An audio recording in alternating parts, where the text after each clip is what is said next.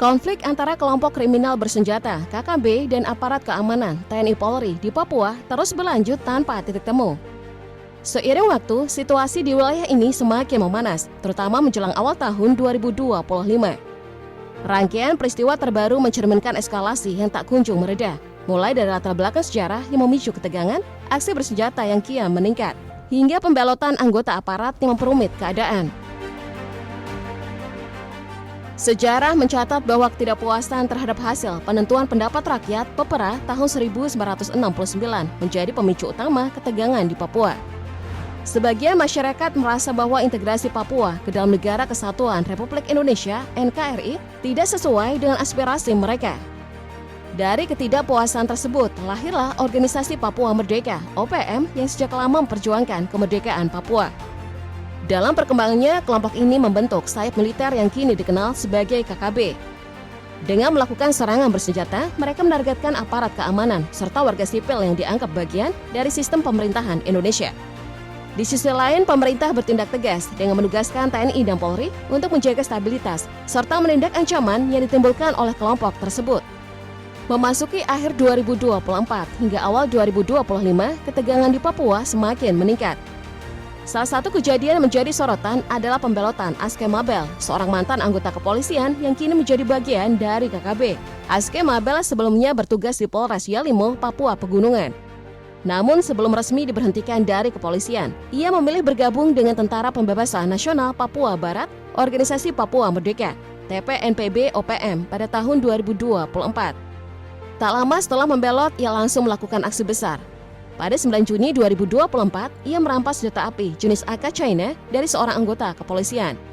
Bahkan dalam sebuah video yang tersebar luas, ia menunjukkan bahwa dirinya kini memiliki 4 pucuk senjata api hasil rampasan dari Polres Yalimo. Setelah resmi menjadi bagian dari KKB, Aske Mabel dan kelompoknya semakin aktif dalam melancarkan serangan. Dalam 2 bulan terakhir, mereka bertanggung jawab atas tewasnya 5 warga sipil dan 1 anggota BRIMOB. Puncak serangan terbaru terjadi pada 8 Januari 2025 ketika 2 pekerja kayu asal Sulawesi Selatan, Efraim dan Abineno Tadona, menjadi korban penembakan di Yalimo. Keduanya diserang secara tiba-tiba oleh kelompok bersenjata yang diduga beroperasi di bawah komando Aske Mabel. Aparat gabungan TNI Polri kini meningkatkan operasi pengejaran terhadap kelompok bersenjata pimpinan Aske Mabel melalui operasi Damai Kartens 2025. Masyarakat setempat diminta untuk segera melaporkan jika mengetahui keberadaan kelompok ini. Langkah pengejaran dilakukan secara intensif demi memulihkan stabilitas keamanan di Yalimo dan wilayah sekitarnya. Upaya aparat menumpas kelompok bersenjata mulai membuahkan hasil.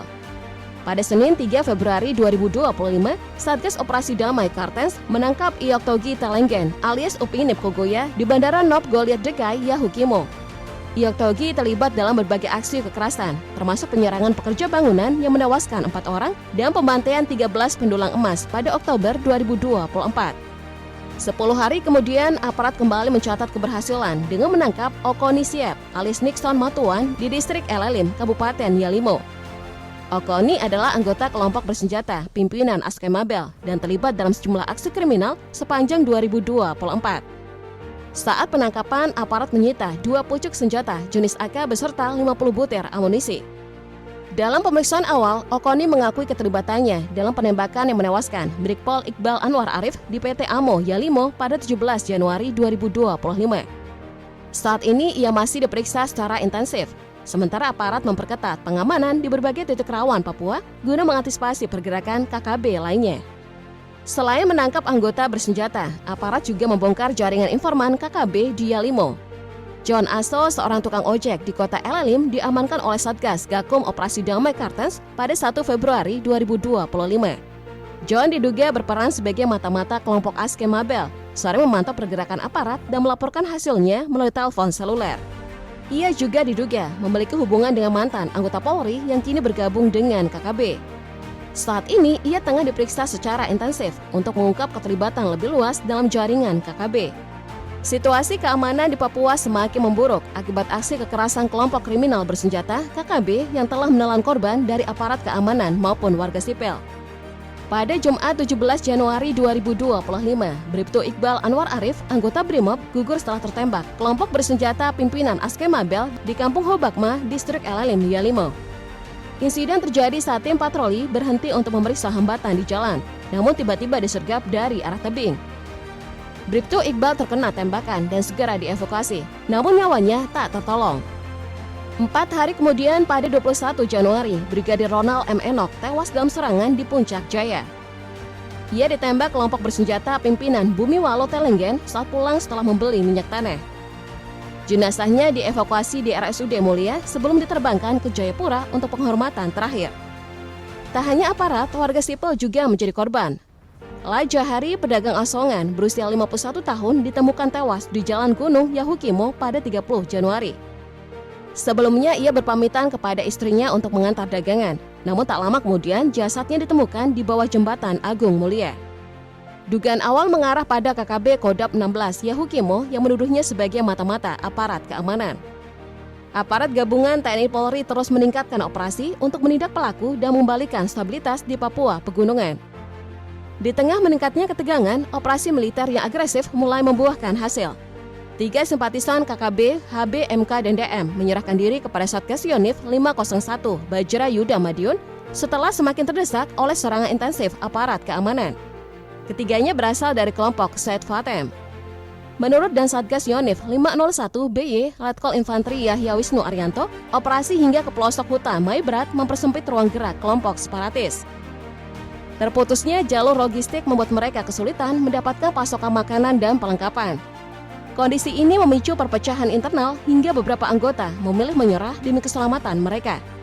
Proses penyerahan diri ketiga simpatisan KKB berlangsung di hadapan perangkat desa, tokoh adat, serta masyarakat setempat. Dalam prosesi tersebut, mereka tidak hanya mendatangani dokumen resmi, tetapi juga mengucapkan sumpah kesetiaan kepada Negara Kesatuan Republik Indonesia, NKRI, sebagai bentuk komitmen mereka untuk kembali ke pangkuan negara. Setelah mendapatkan laporan keberadaannya, tim gabungan segera menjemput HK di ujung kampung Fuok dengan pengamanan ketat, melibatkan perwakilan Pemkab Maibrat untuk memastikan proses berjalan aman. Dengan semakin banyak anggota kelompok separatis yang menyerah, aparat terus menekan aktivitas KKB demi menciptakan stabilitas keamanan di Papua. Selain penyerahan diri anggota KKB, operasi militer TNI Polri juga berhasil menewaskan Martin Aikingen, Komandan Batalion KKB di Moskona, Teluk Bintuni, Papua Barat. Martin memiliki rekam jejak panjang dalam aksi kriminal, termasuk penembakan pekerja jalan di Mayarga pada 2022. Operasi penangkapannya berlangsung sejak 15 Desember 2024 dan berujung kontak tembak pada 18 Desember yang menewaskannya. Keberhasilan ini menjadi pukulan telak bagi kelompoknya yang selama ini aktif melakukan serangan di kawasan tersebut. Memasuki Januari 2025, Pangdam 17 Cendrawasih melaporkan bahwa KKB Intan Jaya yang dipimpin Indius Kogoya masih menguasai sedikitnya 13 pucuk senjata api berbagai jenis, termasuk sniper AX, SS1 F1, M4, dan pistol FN. Senjata ini diduga merupakan hasil rampasan dari TNI Polri dalam berbagai aksi penyerangan. Kelompok ini kerap menggunakan taktik gerilya tembak lari untuk menghindari pertempuran terbuka dengan aparat. Situasi ini masih menjadi perhatian utama mengingat ancaman yang mereka timbulkan terhadap keamanan Papua. Konflik bersenjata di Papua terus meningkat, terutama di wilayah rawan seperti Intan Jaya, Yahukimo, dan Puncak Jaya. Pola serangan sporadis yang dilakukan kelompok kriminal bersenjata KKB mencakup taktik tembak lari, penyergapan aparat keamanan, dan intimidasi terhadap warga sipil yang mereka curigai sebagai mata-mata. Selain taktik gerilya, kepemilikan senjata rampasan dari TNI Polri turut memperburuk situasi dan meningkatkan ancaman keamanan. KKB mengklaim aksi bersenjata mereka sebagai bentuk perlawanan terhadap kehadiran aparat, sementara Satgas Damai Kartes menegaskan bahwa operasi yang dilakukan bertujuan melindungi masyarakat dan menindak pelaku kriminal yang meresahkan. Menanggapi eskalasi ini, Brigjen Polisi Faisal Ramdhani menekankan bahwa personel di lapangan diperintahkan meningkatkan kesiagaan guna mencegah serangan lanjutan.